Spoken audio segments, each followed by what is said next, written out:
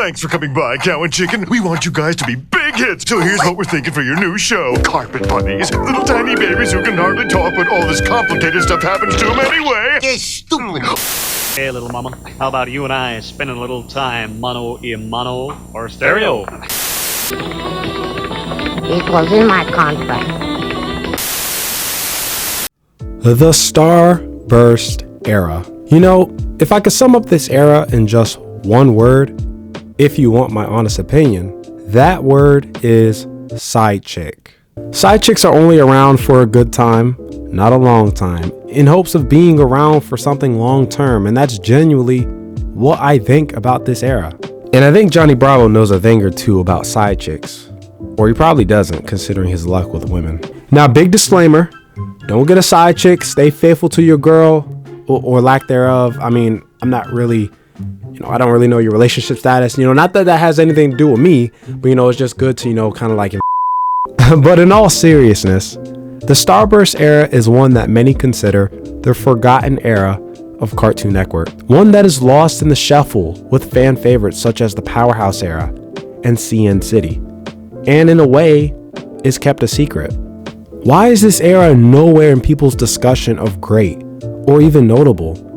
Why is it considered forgotten in the first place? These questions left me with doubts about even making this video, but then I thought to myself, no matter the era that comes forward, whether good or bad, old or new, remembered or forgotten, it is very much a part of Cartoon Network's long legacy of content and deserves to be looked at.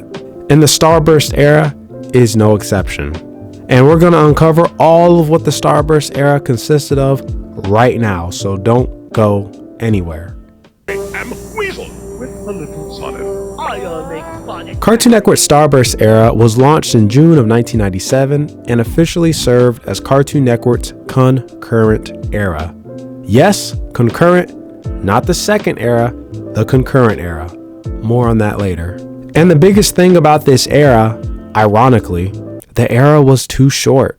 Shorter than Dexter, to be honest. And I can't help but think this era served only as a placeholder, as a side chick for the next smoking hot girlfriend to arrive. That smoking hot baddie would be the Powerhouse era, of course. And when you think of the word Starburst, do you think of a forgotten Cartoon Network era that was full of spunk and potential that made a premature exit? You're probably thinking, gee, I haven't had that candy in a while. Ooh, my favorite flavors are red and pink. And why is it so hard to take the wrapper off? From what I've noticed, most of Cartoon Network's eras usually last for 1 to 6 years, some just a year. And the thing is, the Starburst era couldn't even last a year. Now, as for how the Starburst era got its name, not thinking about candy, featured in the bumpers was the Cartoon Network checkerboard logo that was stamped over these colorful glares of light known as Starburst. These bumpers feature a lot of the characters from the Cartoons series, which was Cartoon Network's introduction to original content. If you watch my checkerboard era video, the original content that would be featured for the era would basically carry over to this era. The original content would include Dexter's Laboratory, Johnny Bravo, Cow and Chicken, I Am Weasel, Space Ghost Coast to Coast, and of course, what a cartoon. A lot of the characters from the Cartoons batch would receive a lot more of a personal spotlight in the Starburst bumpers. Not to say the checkerboard era didn't provide that, but these bumpers seem to have really showcased more of their personalities, especially Cow and Chicken, Dexter, and Johnny Bravo. My goodness. Openly poking fun at the Rugrats is a savage move no matter which way you cut it. Dexter going from sitting down with the businessman of sorts and immediately cutting to a dance number is something I didn't expect to see, but was still amused by it. And does this bumper not speak to how much Riz Johnny Bravo has? Hey, come here.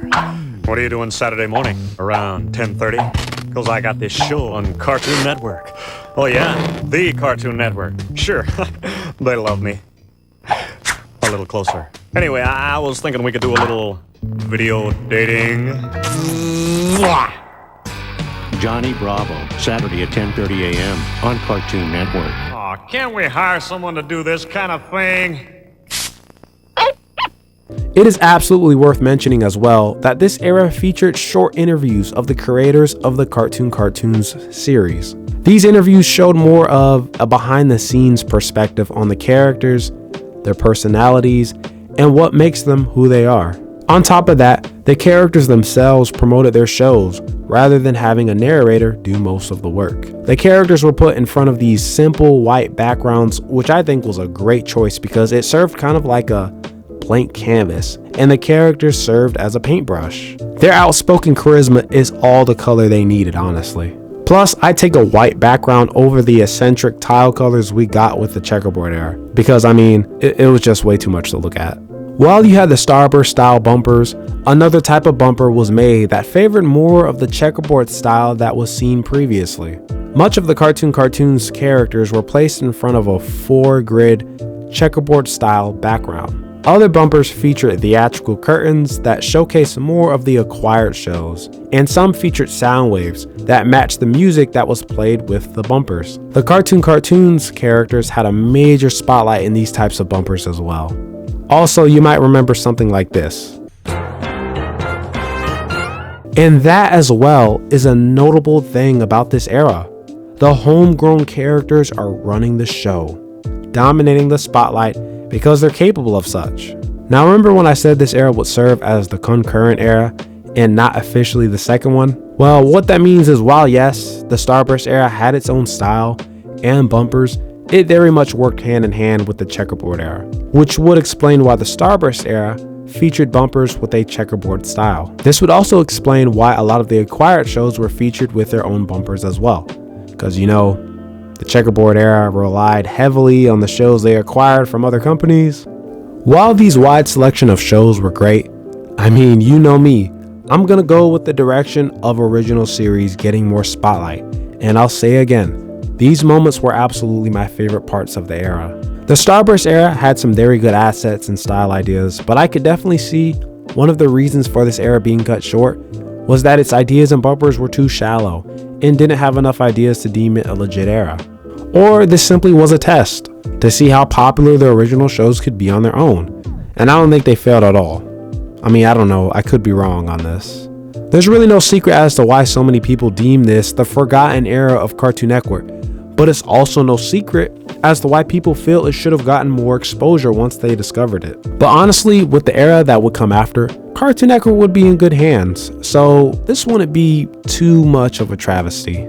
In my CN City video, I had said that Cartoon Network was on a 3-0 streak regarding its eras, but if we're gonna look at the Starburst era as legit, the network is on a 4-0 streak, which is excellent. I mean, they would have already won a championship by now.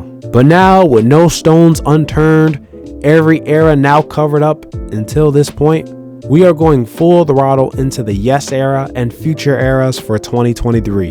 And we're gonna see if Cartoon Network kept this hot streak of momentum. In closing, never forget the Starburst era. Thank you for watching. If you enjoyed, make sure you hit that like button and also subscribe to the channel and comment down below. Do you remember and or like this era? Let me know down below. Once again, thank you for watching. I love you. Here's the 2023. I'll see you in the next video. And don't hate, motivate, and God bless. Cow and Chicken, today at 11 a.m. on Cartoon Network.